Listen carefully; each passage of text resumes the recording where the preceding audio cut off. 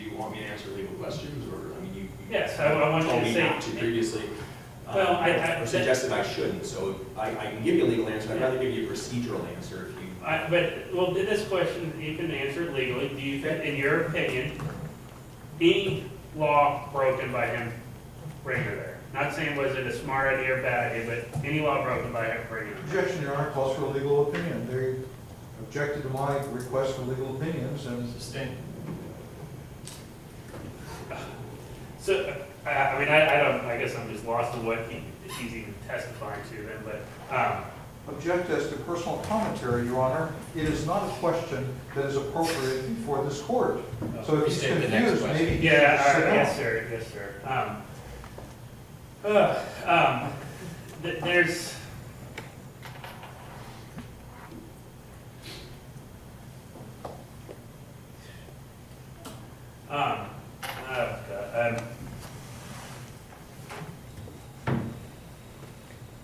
so you said that you felt that Mr. Morrison could arm himself when the window was broken in the back.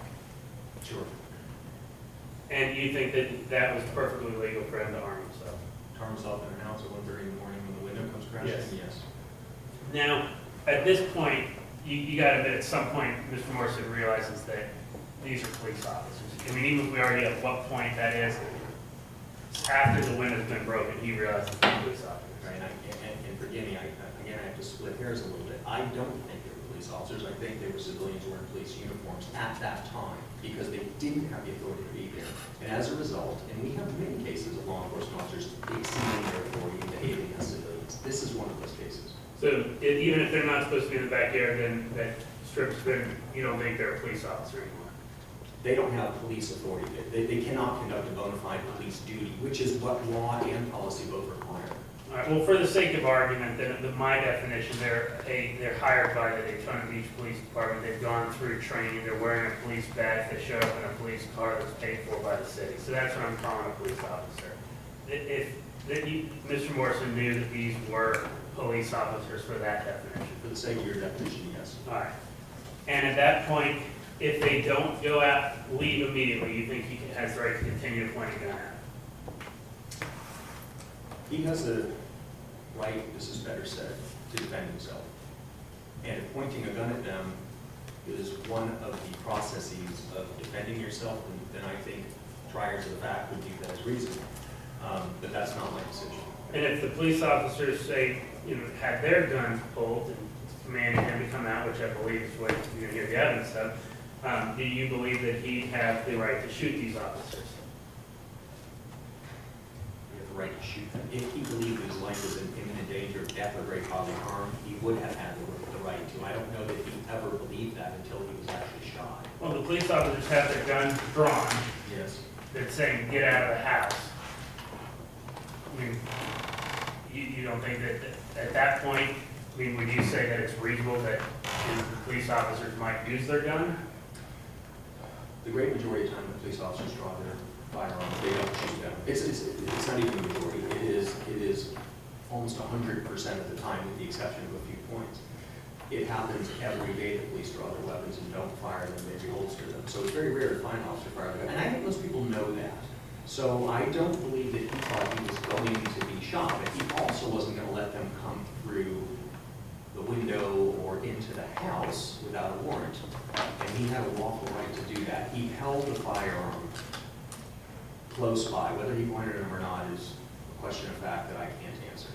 But he had it close by, and I think that's completely reasonable for a person who thinks they might have to defend their life in the next moment to have a weapon inside their house. That is a Second Amendment issue. And I think you're avoiding my question, but if he had shot the officers, would he have a right to Object to the form of the question. It's derogatory against the witness that he's avoiding the question. It's not part of the question. Overruled. You may answer it, sir. So the right to shoot the officer? Say for the sake of argument, he had shot the officers that night, shot them both, killed them both. You got 2 dead police officers. Would he have had a right to have done that? That's a legal question. Well, you had just answered that he had a right to arm himself. Is that not, what's the difference between, I mean, we're just, seems like if you don't want to answer it, you say it's a legal question. I'm not avoiding your question. Objection. Argumentative, Judge. Okay, I do want an answer to the question. Go ahead. Second Amendment guarantees that Americans have the right to arm themselves. It does not guarantee the right to shoot police officers. Those are two different things. Okay, well, you agree there are scenarios where people have a right to shoot themselves in self-defense. You just told us that. I'm sorry, repeat your question. People can use deadly force in self-defense, Yes. right? So you just said if Mr. Morrison had believed he was in threat of great force or death or serious bodily injury, he could use deadly force, right? Given that set of circumstances, yes. So in our case today, if the police have, they're gonna say they did, they had their guns drawn on them, telling them to get out of the house, they have a gun pointed at them, would he have had the right, if he had shot the two officers, would he have had the right to have done that? The test would have been a different investigation than the one I did, because he never fired. And I'm going to try to say this as clearly as I can. We would have to determine whether he believed that his life was in imminent danger of death or great bodily harm. That was never part of my investigation. He never fired a weapon at the officers. You're asking me kind of to speculate on something that didn't happen. But what I would tell you is, and I'm going to be somewhat hypothetical, if he did believe that his life was in imminent danger of death or great bodily harm, then he had the right to use self-defense up to and including deadly force if necessary to protect himself. Well, now you're saying you didn't do the investigation for, the shooting because it never occurred. Would you agree under chapter 776, the definition for self-defense includes if the threat of force, is there a different standard if I point a gun and if I pull the trigger for self-defense? It has to. Objection calls for legal standard, legal question for proper foundation, predicate, it's not consent. Oh, So is a lot of the testimony, yeah. but, But now we're asking about a particular statute that's before this He's court mentioned that in statute. determining statutes and when they apply and when they don't apply. I mean, this is my whole point with this witness. I mean, he's mentioned this statute, that he wants to give certain legal, all of this is legal questions. I mean, it is, it's all legal question if we call it legal or not. And if, by getting out of an answer, just say, well, I don't want to give a legal opinion. These are all legal opinions, they're applying law. If you're saying it's probable cause, if you're saying it's reasonable, that's a legal opinion. so what's the question? Well, I was going back, would you agree that under chapter 776, it's the same standard to pointing, self-defense, to point a gun as it is to pull the trigger? Objection. No, because you're looking at it incorrectly. You're looking at it from the perspective of the person with the gun. I'm looking at it from the perspective that has the gun pointed at them. All right, well, if you're saying he had the right to point the gun at the police, what statute says it's a different perspective to point it than it is to pull the trigger? Police do it all the time. We point guns at people all the time, you don't shoot them. Well, I'm not saying the police, I'm not talking about the police, I'm talking about Michael Morrison. You're saying he had a right to point the gun at the police, and you're dodging the question of whether he had a right to pull the trigger. I'm not dodging the question. He had the right to protect himself. Okay, so could he have killed 2 police officers that night? If he believed, and we haven't asked this question of him, if he believed that his life was in imminent danger of death or great bodily harm, he could have used the firearm to protect himself. And this is a policy question, because when I first started police work, pointing a firearm at somebody was considered the use of deadly force. The problem I had as the chairman of the Use of Force Defensive Tactics Committee is we had every month dozens of cases of deadly force and no bodies to show for it. We figured we were creating our own liability.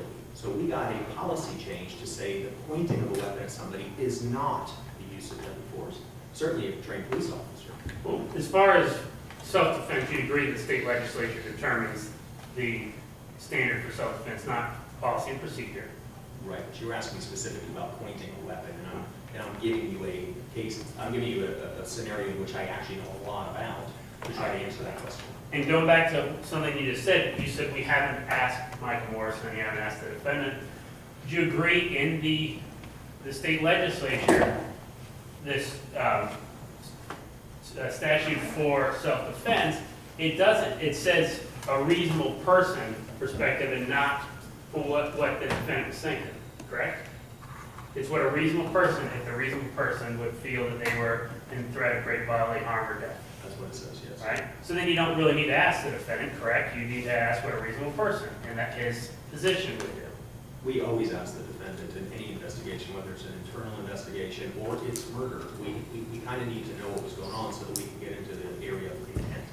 And so we have to ask that question. We have to know. I haven't asked that question. I don't believe that he felt that his life was in imminent danger, death, or great bodily harm to the degree that he fired. I know he fired.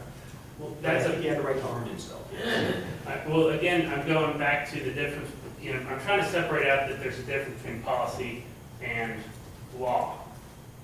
You say that it's your policy to always ask the shooter, what they thought, and I mean, obviously, that's probably a smart policy, I would agree with that, but the law says reasonable person. So we don't need to ask him, in your opinion, based on, a reasonable person standard, would he be able to shoot and kill 2 police officers that night? Object to the compound question. I don't think it was common. It was quite narrative. Object to the narrative form of the question. Okay. If you want me to rephrase it. But I think he's answered the question about 3 times, but. I don't think, I'm sorry, Judge, I shouldn't argue. Yeah, I'm trying to get him to answer the question. Restate the question Yes, sir. last time, please. And yeah. Based on a reasonable person standard, and the facts that you've reviewed, sounds like you've thoroughly reviewed everything, do you believe that Michael Morrison would have been justified if he had killed 2 police officers that night? Objection. Irrelevant, immaterial. You can answer. I don't believe under the given circumstances that we know, without adding more to the equation, that he believed that his life was in imminent death or great bodily harm, and therefore he could not have killed 2 officers on that night. Okay, but do you think that he was still justified to pull a gun on 2 officers that night? To prepare himself for the unknown, yes. So you think there's a different standard as if you pull the gun rather than pulling the trigger? There is a different standard, yes. What's the different standard? Well, you can look at the statute. I mean, firing at or in the direction of a person is deadly force, not pointing at or in the direction. It's a You different think standard. threatening deadly force is a different standard than using deadly force? You think that too?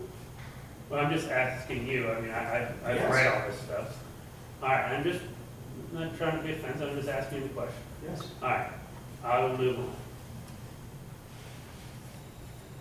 I just wrote a few other notes. You said that you don't have to, or either you or Mr. Ross said you don't have to go to law school to protect, to know about protecting from tyranny of excessive government force. Correct? Yes. Would you agree that that there is certainly a legal aspect to determining the excessiveness of the deadly force, correct? I do agree, yes. You said that Mr. Morrison did nothing unreasonable or unlawful. I mean, let me just start with the unreasonable and keep away from the unlawful part. But would you agree that, Mr. Morrison, he had certainly, Mr. Morrison exacerbated this issue, correct? By waving a gun around, refusing to come out, cursing at the police, making threats to the police. He exacerbated the issue? Yes, sir. I think he was in the bathroom at home when they showed up. I don't think he exacerbated anything. Let me rephrase it because I brought on the top time here. Let's say, starting at the point the window's kicked in. Okay? From that, so at that point, again, we'll go with my definition of police, but the point that Mr. Morrison clearly realizes that there's uniformed police officers at his house. Would you agree that Mr. Morrison certainly made the situation worse by his actions? He could have de-escalated them by putting the gun down, coming out and talking to the police. Not even going into what legally here, we just, have to look at it from the perspective of Mr. Morrison. Let's pretend, we know what happened, so I don't want to talk about what we know happened, let's talk about what could have happened. Let's pretend that these 2 officers were friends of Miss Mays, and they were coming in to do him harm, because she said that he would be. Do I think he exacerbated it by preventing that from happening? No, I think he was using self-defense. And that situation, by the way, has played out before. And I'm aware of situations where law enforcement officers have co-conspired with individuals while they were in uniform. I don't think there's any way for him to know what was going to happen, except that he was in fear when the window came crashing in. There were people with guns outside screaming at him who could not produce a warrant. He gave them an opportunity to do that, and they did not. So I think if you look at it from the perspective of Mr. Morrison on that night, not with the benefit of 2020 mindset, but on that night, I think you can't say that he exacerbated. I think he did what was extraordinarily reasonable, which was to protect himself, and in this case, with the use of a firearm that he kept on the ready at his house for circumstances perhaps very similar, if not identical to this. And let's move forward in time. So we're still before the shooting, but at some point in that night, you agree that there's numerous police officers at this house, correct? Yes.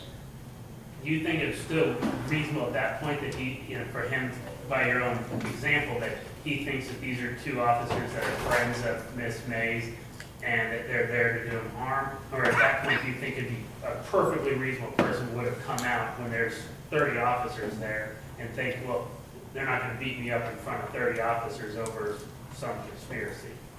Well, this is what we call, of course, fruit of the poisonous tree. In law enforcement, a lot of times officers who operate off of what we call a fellow officer rule are found to be justified in their actions, but when we go back and find out what the other officer actually knew, it's not adequate for making an arrest or using force or any of those kind of things. So I think it would be reasonable for him to assume that even though the other officers were there, it didn't make the case any more legal. They had gotten information from these two individuals, yet with all the officers there, not one showed up for the warrant. I think he was alarmed the entire time. That's in my perspective. And again, I don't want to focus on what was legal or not. I'm just going on what, that Mr. Morrison certainly didn't act how a prudent citizen would act either. Would you agree that if a normal citizen had just come out and talked to the police, we would never even be here? We know that today, but we didn't know that then. What happened then that you think Mr. Morrison would have given credence that Mr. Morrison would have thought this was some conspiracy against him? It's a constitutional crisis is what it is. I mean, he knows that he has the right to protect himself. He knows that he has the right to use self-defense. And now who does he call? The police are there. Who does he call? I think a prudent person, A, is not thinking straight under the circumstance, doesn't know where to turn. He's on the phone with 911 while the police are outside his house. So I think there's a lot of things that were going on because of the stress of this particular environment that were all caused by the actions of the officers, not the actions of Mr. Morrison. So you're asking me about prudence, and you're asking me sort of a question that would involve maybe you and I sitting down over coffee and talking about this. But that's not the scenario that I understood this to be. I think what he did at that time was not unreasonable based on the facts and circumstances that have been presented to you. And you had said that apparently you were aware of officers breaking into someone's home with a female before. Not exactly the case, but I mean, there are cases where officers have conspired with citizens sometimes for personal reasons. All right. Well, I mean, would you agree there's also times when officers enter homes, they say they are meant to do a search or a search warrant at home A, and they go to home B?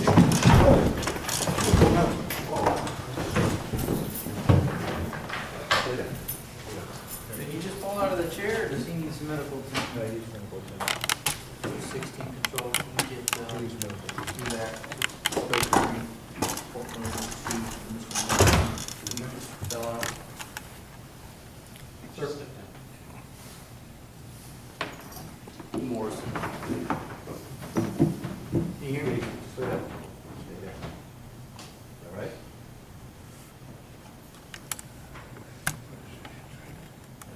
We're getting some medical attention up here for you. Yeah. And just so you'll know, this had happened once before, so I Is he suffering from any seizures, guys, or anything? I'm not sure it's serious. Okay. Take it easy, go to lay down right. Remember what happened last time? I think it was blood sugar. Blood sugar? Yes, sir. At He's least. brittle diabetic. 216 control. I don't know anything about diabetes, but just wanted to let you be aware. Apparently this has happened before, and it's a blood sugar issue. You're his friend The last time. medicine or anything? Do you ever know anything I about know he this? does, I don't know what it is. It's a diabetic issue, but he can't really answer any questions. Do you want to drink water? Right, you stay out. Is it bottle of water or something you get for him?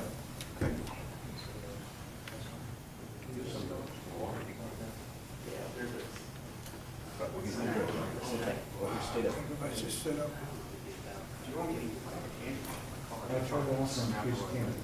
Gonna help you lean up against the. I know,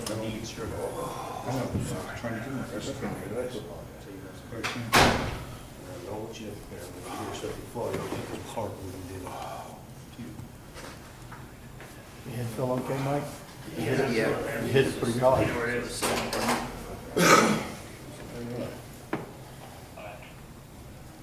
Did he hit his head when he fell? Yep. Hit his, on the floor or on the? No, right on the corner. On the corner? I was sitting on it. Probably 60.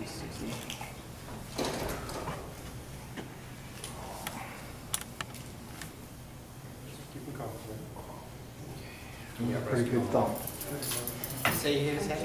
Yeah, I think Yeah. he hit it on the corner. No, leave it up like that, just give them, they're not, all right, just let them stay seated and. Yeah, just stay seated for us. That's never used, so.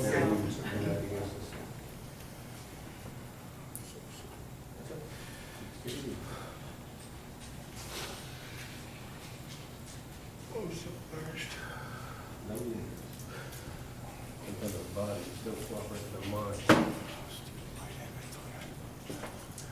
This way, next dance, wait for rest.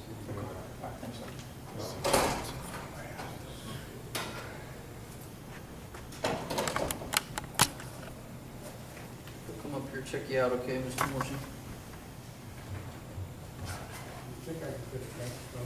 We'll get you something, yeah. Yeah, I can't leave the courtroom right now, but, we'll get you something, okay?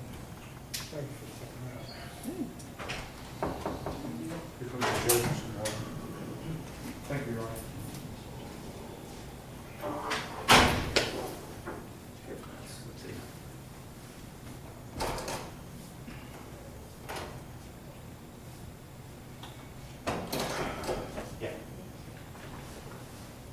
We'll go ahead and take a break at this point. We'll be in recess. Expecting this is probably going to do it for the day, but let's see what happens. There's just one, five,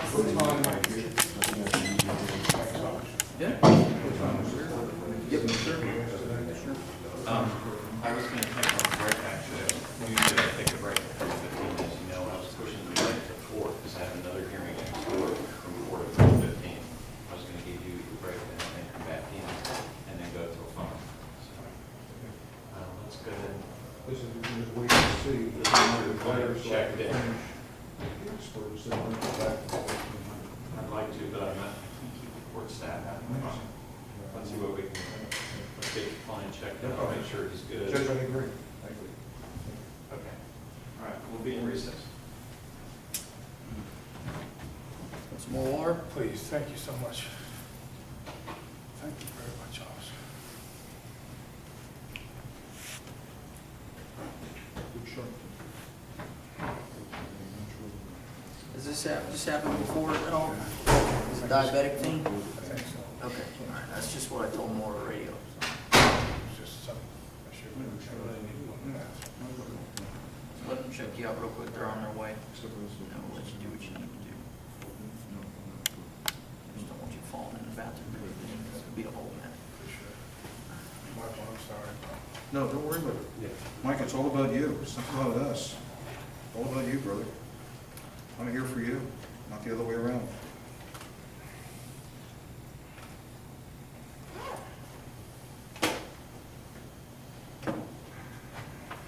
How's your head? I'm taking fine. I just need to get up and get to the bathroom. I'll be okay.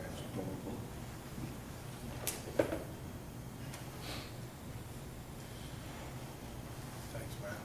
I'm sorry, bro. Hey, I know you did a pretty good thump. Conscious. Looked like you were getting out of the chair and you just passed out. I really had to go to the bathroom still. Or at least you didn't go to the bathroom when you were out, Not yet. On the bright side. Not yet. Then we'd be talking about an apology thing, you know? Even though it wouldn't be your fault one way or another. So we'll just get up and get up. Sit down and take a Just because we don't want you to fall, hurt yourself or anything like that. And this reminds me. Work.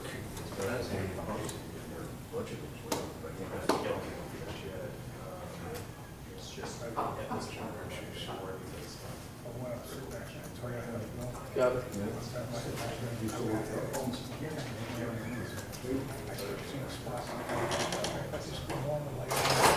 You